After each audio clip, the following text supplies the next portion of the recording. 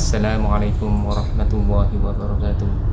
Alhamdulillahilladzi hadana lihada wa ma kunna linahtadiya laula an hadana Allah. Asyhadu an la ilaha illallah wahdahu la syarika lah wa asyhadu anna Muhammadan abduhu wa rasuluh. Hamdan katsiran thayyiban mubarakan fi. Rabbis shrah li sadri wa yassir li amri wahlul 'uqdatam min lisani yafqahu qawli. Alhamdulillahirabbil alamin. Kita panjatkan puji syukur kehadirat Allah Subhanahu wa taala atas segala nikmat iman dan nikmat Islam yang kita miliki sampai hari ini, serta nikmat kesehatan, kebaikan lainnya. Salawat serta salam semoga tetap tercurahkan kepada junjungan kita Nabi Muhammad Rasulullah SAW. Semoga kita semua mendapatkan syafaat beliau fiddin wa dunya hatta akhirat. Allahumma amin. Rekan-rekan, sahabat yang saya hormati dan kami banggakan, kita bertemu lagi dalam video singkat yang akan membahas tema, yaitu tentang kecerdasan buatan dalam pandangan Islam atau AI dalam pandangan Islam, penerapannya di bidang kesehatan. Nantinya kita akan melihat bagaimana antara manfaat dan etikanya seperti apa dalam penerapan AI di bidang kesehatan.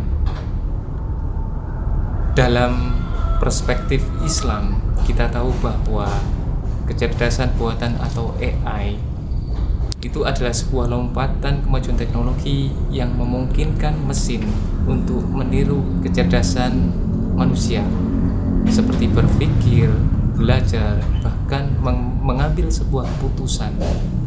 Contohnya adalah chatbot, kemudian mobil tanpa sopir, hingga sistem rekomendasi di media sosial seperti Facebook, YouTube, TikTok, dan sebagainya. Teknologi belakangan ini berkembang sangat pesat sekali, di mana telah mengubah banyak aspek kehidupan manusia, baik itu dalam sektor pendidikan, terutama sektor kesehatan, sektor transportasi, sektor ekonomi, bahkan di bidang keagamaan.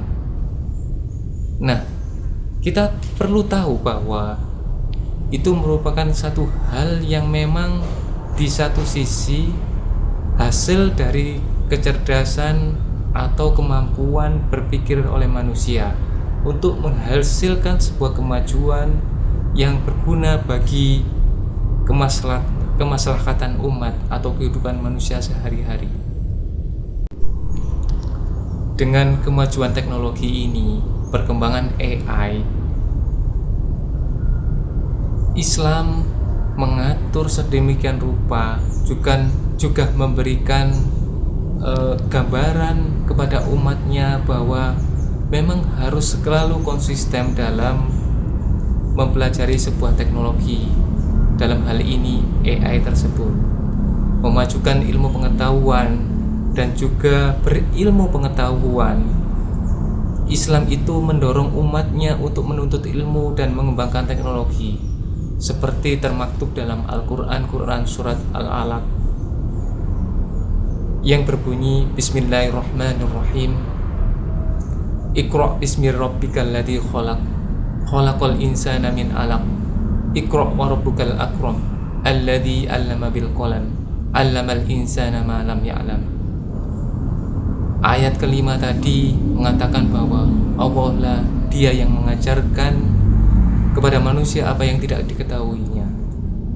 Maka semua sumber ilmu itu datangnya dari Allah. Maka manusia sebagai hamba Allah wajib mempelajarinya. Nah, dalam ayat ini menunjukkan bahwa ilmu pengetahuan itu adalah anugerah dari Allah Subhanahu wa taala, dan manusia itu diberi tanggung jawab untuk menggunakannya dengan baik. Kita garis bawahi, anugerah dari Allah itu berupa ilmu pengetahuan, dan manusia itu wajib untuk bertanggung jawab untuk menggunakannya sesuai dengan Oleh karena itu, dari sana kita bisa menderivasikan atau menurunkan bahwa AI atau kecerdasan buatan itu ada manfaat dan juga ada tantangannya yang harus kita hadapi saat ini. Dalam Islam, setiap teknologi itu harus dinilai dari tujuan dan dampaknya. Untuk apa kita menggunakannya?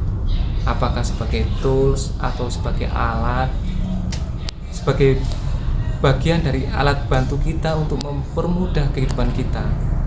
Tapi kita juga perlu memperhitungkan dampaknya. Kecerdasan buatan ini bisa menjadi alat yang sangat bermanfaat. Ada beberapa hal yang bisa kita elaborasikan, kita kolaborasikan, bagaimana AI ini bisa membantu mendiagnosa penyakit dalam kesehatan, bagaimana di bidang dakwah, tentunya di dalam rumah sakit, bagaimana AI ini membuat atau memberikan sebuah teknologi untuk membantu pasien atau keluarga pasien untuk mengetahui doa-doa harian, bagaimana cara tayamum, bagaimana cara sholat dan sebagainya. Nah, ini perlu sekali dipelajari bagaimana teknologi AI tersebut membantu ruang-ruang pendidikan, aktivitas-aktivitas dakwah, dan juga aktivitas-aktivitas ekonomi yang lainnya. Namun, AI juga membawa tantangan dan dampak, terutama dalam ranah etika atau ranah akhlak dalam bahasa agama Islam kita. Contohnya seperti apa? Yang pertama, mengenai bahayanya penyalahgunaan data pribadi, kemudian penyebaran informasi palsu atau deepfake seperti itu, kemudian penyebaran berita bohong atau hoax. Banyak sekali upaya-upaya untuk memecah belah umat lewat hate speech atau ujaran kebencian di media sosial. Akhir-akhir ini di media sosial kita, di media mainstream dan sebagainya, banyak sekali terjadi hal-hal demikian. Yang paling bermasalah bagi kita kalau kita tidak memperhitungkan dampaknya terkait penerapan AI ini, yaitu mengenai penggantian tenaga kerja manusia secara besar-besaran, penggantian manusia oleh sistem, oleh mesin, sehingga membuat PHK massal dan sebagainya. Nah, dampak-dampak itu yang harus diperhitungkan dalam penerapan AI ini. Etika Islam dalam penggunaan AI. Nah, oleh karena itu kita perlu mendesain bagaimana Islam dalam konteks etika, kemudian membatasi penggunaan AI itu sendiri dengan cara yang benar, dengan cara yang baik, dan dengan cara yang bijak. Islam mengajarkan prinsip-prinsip etika yang harus dijadikan sebagai sebuah pedoman dalam menggunakan sebuah teknologi, termasuk AI ini. Yang pertama, kita perlu menanamkan sebuah niatan yang baik. Segala sesuatu itu innamal a'malu binniyah, diawali dengan niat. Dan tentunya niat ini harus baik. Segala sesuatu tergantung pada niatnya. Gunakan AI untuk kebaikan, bukan untuk merugikan, bukan untuk mempersulit orang lain, bukan untuk kemudian menghakimi orang lain seperti itu. Aspek berikutnya yaitu mengenai keadilan. AI juga bisa digunakan untuk menindas atau mendiskriminasi. Jangan kita menggunakan untuk memecah belah umat. Jangan kita menggunakannya untuk kemudian menyebarkan ujaran kebencian, membunuh karakter orang dan sebagainya. Aspek berikutnya yaitu tanggung jawab. kecerdasan buatan ini harus digunakan dengan penuh rasa tanggung jawab yang besar. Bagaimana kita harus mampu menggunakan AI ini dengan cara yang bijak dan harus bertanggung jawab terhadap resiko yang akan diakibatkan atau dimunculkan dari penerapan teknologi AI ini. Yang berikutnya mengenai privacy. Tidak kalah pentingnya privacy atau yang memang harus kita hormati, seperti contohnya penerapan di rumah sakit. Privasi pasien itu harus kita jaga atau kita junjung tinggi.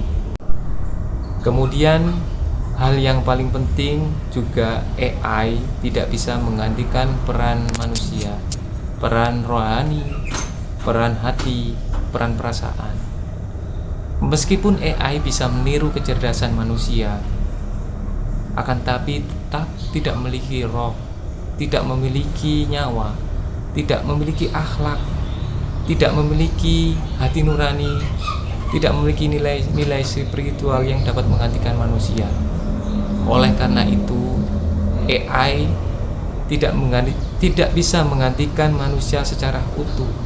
Bagaimana membagi dan memberikan kasih sayang, dan bagaimana berhubungan dengan Allah Subhanahu wa Ta'ala secara umum maupun berhubungan dengan manusia pada umumnya. Oleh karena itu, di satu sisi AI adalah satu hal yang ada di depan kita saat ini dan kita perlu menyikapi dengan bijaksana dan tidak bisa kita hindari. Namun, sebagai umat Islam, kita harus menyikapinya juga dengan ilmu, dengan etika, dengan akhlak, tentunya dengan iman. Dan AI ini harus kita gunakan untuk memperkuat kebaikan, membantu orang lain, mempermudah urusan orang lain, dan mempermudah urusan kita, memperkokoh iman kita, dan juga jangan sampai melanggar nilai-nilai kemanusiaan, nilai-nilai keimanan, nilai-nilai kebersamaan, nilai-nilai toleransi, dan sebagainya. Semoga kita semua dapat menggunakan AI ini dengan baik dan bijaksana, dan juga tahu dampak pemanfaatan AI ini, serta sekali lagi kita menjadi manusia yang khairun nas anfa'uhum linnas, bermanfaat bagi orang banyak. Demikian video singkat dari saya. Ihdinas siratal mustaqim. Wassalamualaikum warahmatullahi wabarakatuh.